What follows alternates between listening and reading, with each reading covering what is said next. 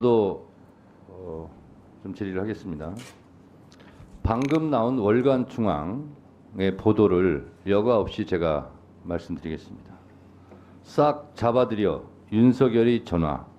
미친놈이구나 싶었다. 국정원 1차장의 폭로 내용입니다.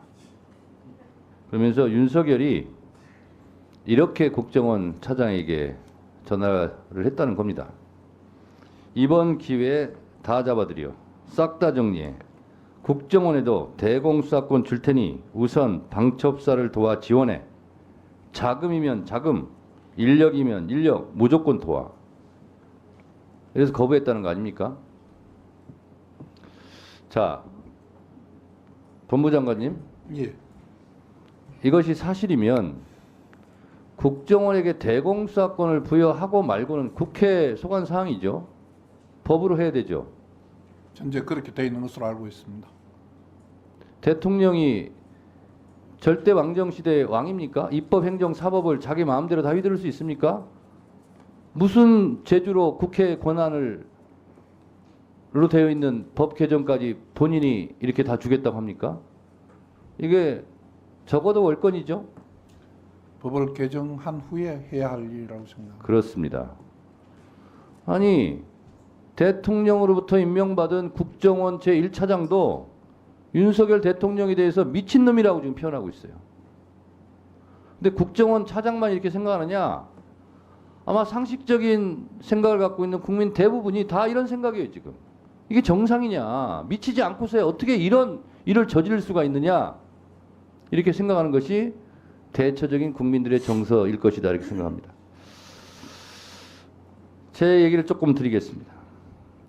저는 텔레비전을 보고 있다가 갑자기 화면이 바뀌면서 윤석열 대통령의 무도한 반국가 세력이라느니 무슨 소굴이라느니 이런 말을 들으면서도 왜 그러지 믿지 않았어요.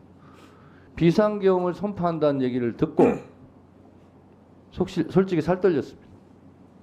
이재명 대표에게 바로 전화했어요. 집에서 나오셔야 된다고, 피신해야 된다고. 그때 이재명 대표의 첫 반응이 이거였어요. 아, 그거 딥페이크 아니에요? 이거였어요. 아, 설마 그럴 리가 있겠어요? 그래서 제가 그랬어요. 실제 상황입니다. 빨리 집을 나와서 피신해야 됩니다. 그리고 저도 수행비서에게 바로 전화해서 집으로 바로 오라고 했어요. 그리고 곧바로 집을 빠져나와서 국회 담장을 제가 넘었습니다. 국회를 360도 빙빙 돌았는데 출입문을 다 봉쇄했어요. 그럼에도 불구하고 일단 본회의장을 가야 된다. 빨리 이것을 해제 의결을 해야 된다. 그래서 국회 후문 쪽 운동장 담을 제가 뛰어넘었습니다. 수행비서도 나중에 들었는데 뛰어넘으려고 했는데 경찰이 막았대요. 그러니까 저 혼자 본청 앞까지 걸어오는데 그 길이가 굉장히 길었어요. 속으로 그런 생각했습니다. 계엄군들이 본청 정문을 에워싸고 있으면 나는 체포를 당하러 가는 건데 이렇게 가는 것이 맞나? 이런 생각이 들었습니다. 그렇지만 본청을 향해서 갈 수밖에 없었어요. 제가 비록 잡혀갈지라도 가야 된다고 생각했어요. 많은 국회의원들이 그런 두려움과 분노, 치떨림을 안고 본청을 향했습니다. 저는 88년 안기부에 연행돼서 4시간 동안 을지로 이름도 알지 못한 호텔방에서 수도물이 콸콸 틀어진 물고문의 위협 상태에서 4시간 동안 팬티바람으로 수건으로 눈을 가린 채 4시간 동안 고문 폭행을 당했습니다. 그때 생각이 막 나더라고요. 그렇지만 본청으로 갈 수밖에 없었습니다. 비록 잡히더라도 가야 되겠다. 많은 국회의원들이 그렇게 생각했습니다. 저희 국회의원들 지금 오늘 증언을 보더라도 다 잡혀갈 뻔했어요. 특히 저는 체포 대상에도 포함이 되어 있네요. 잡혀가면 무작정 때렸을 거예요. 무작정 폭행했을 거예요. 왜? 기를 죽이려고. 속성이 그렇게 되어 있습니다. 이재명 대표도 저도 우원식 의장도 가자마자 아마 집단 폭행을 당했을 겁니다. 기를 죽이려고 그렇게 해요. 자, 국회의원들 그런 공포감이 있었지만 다 본청으로 돌아왔습니다. 저희 다 잡혀갈 뻔했어요. 그렇지만 역시 위대한 국민들, 시민들이 계엄군을 막아서서 시간을 확보할 수 있었고 비상계엄 해제 요구안을 의결할 수 있었습니다. 생각해보면 조선시대 임진왜란 때도 선조 왕은 도망갔지만 민중들, 조선의 백성들이 나라를 지켰고 일제강점기 때 먹물든 학식 있는 고위 관료들 다 친일파되고 나라를 팔아먹을 때 나라를 지켰던 것은 일반 백성들, 독립운동 하던 분들이었고 4.19 때도 마찬가지였어요. 일반 시민들.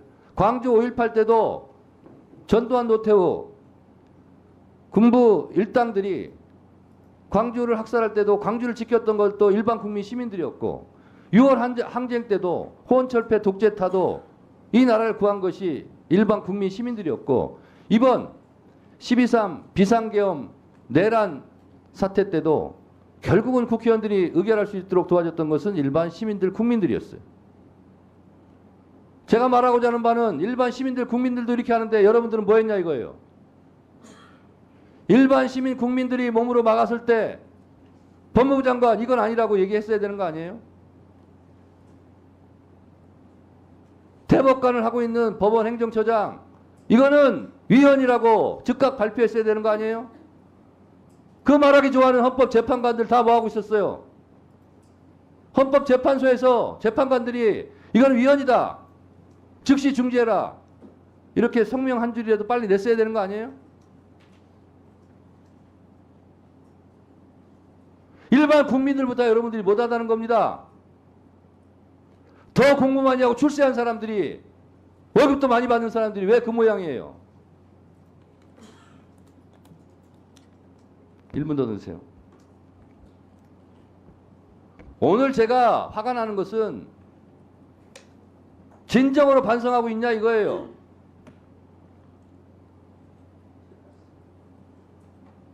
지금 특전사령관, 수방사령관 대사가 기울으니까 지금은 반성하고 있는 것처럼 뭘 폭로하고 있고 하지만 명령을 거부했냐 이거예요. 안 했잖아요. 이제 와서 말을 갈아타는 것밖에 더 됩니까?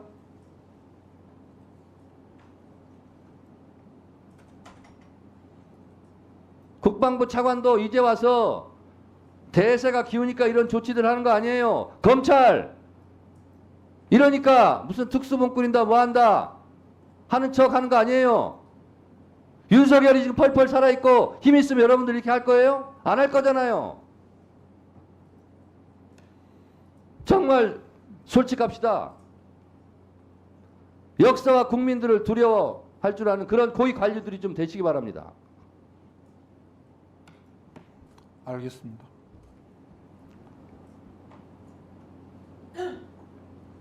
한 말씩 하세요.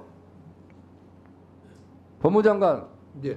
한 말씀 하세요. 위원장님 말씀 잘 듣고 저희들이 뭐 제가 공직을 얼마나 더 앞으로 할지 모르겠습니다만 염두에 두고 잘 하도록 하겠습니다.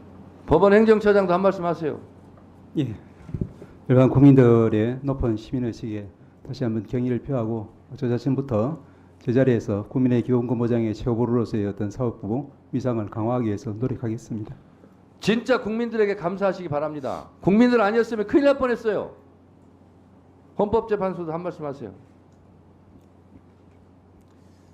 그 상황의 지금 심각성과 지금 이 일이 벌어진 것에 대해서 굉장히 좀 참담한 심정을 가지고 있습니다. 그 앞으로라도 그 진행되고 있는 헌법재판소 권한 사항에 대해서 최선을 다해서 노력하겠습니다. 법제처장님도 한 말씀 하세요.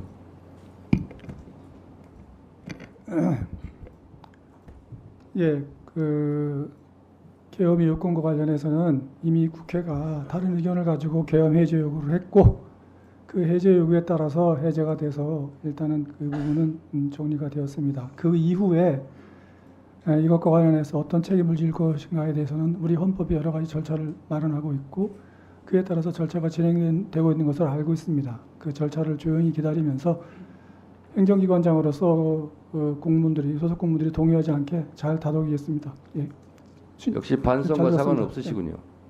오동훈 공처장도 오늘 한마디도 안 하시는데 한 말씀 하세요. 헌정 질서 중단을 회복시켜 준 국회의원님들과 국민들께 경의를 표합니다. 그 나머지에 대해서는 수사기관의 그 수장으로서 수사로 또 말해주고 싶습니다. 네, 조은석 감사원장 대행도 한 말씀 하세요. 예, 저희도 뭐 충격 속의 TV 중계를 지켜봤는데요. 시민들과 의원님들의 그 용기가 오늘날 저희가 이 자리에서 이런 말씀을 드릴 수 있는 기회가 된 게 아닌가 싶습니다. 감사합니다. 네, 우리 김선호 국방부 차관입니다. 예, 차관으로서 이런 사태를 막지 못한 책임이 가볍지 않다는 거 잘 인식하고 있습니다. 그 책임 지도록 하고 향후 지금 새로운 장관이 부임하기 전에 다시 국방부 우리 군을 가장 빨리 정상화시킬 수 있는 그 역할을 최선을 다하고 희의 책임을 지도록 하겠습니다. 네. 오늘 좀 어수선한 상태에서 법사위를 진행했는데 오늘 회의는 이것으로 좀 마칠까 합니다. 네, 박지원 의원님 한 말씀 더 하십시오. 3분 하세요. 여기서 잠깐. 지금부터 주목해 주시기 바랍니다. 제가 시청자분들을 위해서 깜짝 선물 하나 준비했는데요. 제가 항상 여러분들께 뭐라고 말씀을 드렸나요? 뉴스만 평소에 잘 챙겨보셔도 돈이 된다. 돈을 벌 수 있다. 라고 말씀을 드렸는데요. 여기 보이는 각종 뉴스를 보게 되면 여러분들은 어떤 생각이 드세요? 그냥 뉴스만 보고 끝내는지 아니면 이 뉴스를 어떻게 이용할 수 있는지 이 부분을 고민하고 계시는지를 여쭤보고 싶습니다. 자, 그 이유가 뭐냐 하면 제가 지난 11월에 여러분들께 뭐라고 말씀을 드렸나요? 지금은 로봇 사업에 관심을 가져야 한다. 뉴스만 보고 그냥 넘기지 마시고 투자 쪽으로 생각을 해보시라고 말씀드렸습니다. 그리고 나서 이런 썸네일을 보고 뉴스를 통해서 많이 보셨을 텐데요. 이런 로봇 산업이 이슈가 되었을 때 부자들은 어떻게 생각한다고 했나요? 로봇과 관련된 투자 수단은 뭐가 있는지, 어떤 주식이 가장 좋은지, 어디에 투자를 해야 돈이 몰리는지 자연스럽게 생각한다고 제가 말씀드렸습니다. 그 이유가 뭐냐 하면 부자들이 봤을 때는 이슈가 곧 돈으로 이어지고 그 이슈가 나에게 돈을 벌어준다는 경험적 확신이 있기 때문에 부자들은 항상 이런 사회적 이슈를 관심 있게 챙겨본다라고 말씀드렸습니다. 이번에도 마찬가지입니다. 제가 지난번에 시청자분들과 함께하는 주식으로 수익 내기 이벤트를 진행했었는데요. 당연히 100% 무료로 진행했습니다. 자, 여기 보시면 아시겠지만 제가 지난번에도 저한테 성공이라는 문자를 보내주신 모든 시청자분들께 이렇게 로봇 관련주 중에 가장 급등할 확률이 높은 딱 한 종목, 두산로보틱스 한 종목을 여러분들께 추천드렸어요. 그러면서 여기 나와 있는 대로 정확히 얼마에 매수해야 하는지, 그리고 수익률이 어느 정도 나왔을 때 팔아야 하는지 여러분들께 정확히 알려드렸었는데 오른쪽을 보시면 아시겠지만 제가 11월 초에 문자로 이 두산로보틱스를 소개해드리고 나서 실제로 2달도 지나지 않아서 이렇게 주가가 2배 이상 급등이 나왔죠. 그래서 당시에도 굉장히 많은 분들이 제가 드린 이 종목으로 많은 수익을 내실 수 있었는데요. 다시 한번 수익 축하드리고 자, 이번에도 마찬가지입니다. 최근에 이슈되고 있는 게 전쟁 키워드입니다. 여기서 우리는 어떻게 생각해 볼 수 있을까요? 전쟁이 계속해서 심화되면 피해가 커지기 때문에 전쟁에 필요한 물자나 의료 지원 물품들이 반드시 필요할 수밖에 없다. 그럼 그 중에서 전쟁을 실제로 해본 경험이 있고 의료 수준이 높은 우리나라 기업들 중에 한 곳이 가장 크게 부각될 수밖에 없습니다. 그럼 당연히 우리는 이쪽으로 생각해야 된다는 겁니다. 자, 그렇기 때문에 제가 이번에도 뭘 보내드린다고요? 지난번과 마찬가지로 성공이라는 문자를 보내주시면 제가 물자 지원 관련주 중에 앞으로 대장주 역할을 하면서 주가가 가장 크게 급등할 한 종목을 시청자분들께 문자로 종목명과 사고 파는 시점을 모두 알려드릴 거예요. 혹시라도 나는 주식을 하지 않는 분들, 연세가 있으셔서 망설이시는 분들은 주변에 주식하시는 분들이나 자녀분들에게 한번 사보라고 추천해 주실 수도 있으시겠죠. 그래서 이번 영상을 시청하시는 시청자분들 중에 나도 이번 종목이 궁금하다 하시는 분들은 부담 갖지 마시고 어느 시간대나 상관없이 상단에 제 번호를 항상 남겨놓고 있습니다. 제 번호 010-4292-3138 번호로 저에게 이런 식으로 성공이라고 문자 보내주시면 제가 이번에도 똑같이 무료 추천 급등주 문자를 보내드리겠습니다. 이해되시죠? 그래서 제 번호 010-4292-3138 번호로 성공이라고 문자 보내주시면 여러분들이 이슈를 통해서 직접 돈을 벌 수 있는 연습을 해보실 수 있습니다. 앞전에도 말씀드렸다시피 100% 무료로 진행되고 저는 많은 것을 바라지 않습니다. 구독과 좋아요 한 번씩만 눌러주시면 됩니다. 긴 영상 시청해주셔서 감사합니다.